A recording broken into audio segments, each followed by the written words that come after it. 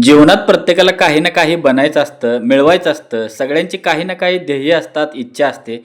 नेहमी जीवनात ना फक्त ईश्वराला प्रार्थना करत राहणं गरजेचं असतं. कारण शक्य आणि अशक्य हा फक्त आपल्या विचारात असतं. ईश्वराला कोणतीच गोष्ट अशक्य नसते. कारण देणारा तोच असतो नेहमी. त्याला प्रार्थना करत राहणं गरजेचं आहे. एक दिवस नक्की देईल, तुमच्या सर्वांच्या इच्छा पूर्ण हो. सर्वांना शुभप्रभात मंडळी. आम्ही मुलांना स्कूलमधून सोडून येताना ना झालं असं, की प्रिया बोलली, "चला दुकानात." मी म्हटलं, "का बरं?" "अहो दूध संपलंय." मग आम्ही दूध घेतलं आणि आलो माघारी. येताना मुलांनाही घेऊन आलो. आल्या-आल्या प्रिया बोलली, "सर्वांनाच आज सरप्राईज आहे." आम्ही म्हटलं, "आता काय नवीन?" "मग काय घरात बनवलंय कलिंगड आईस्क्रीम."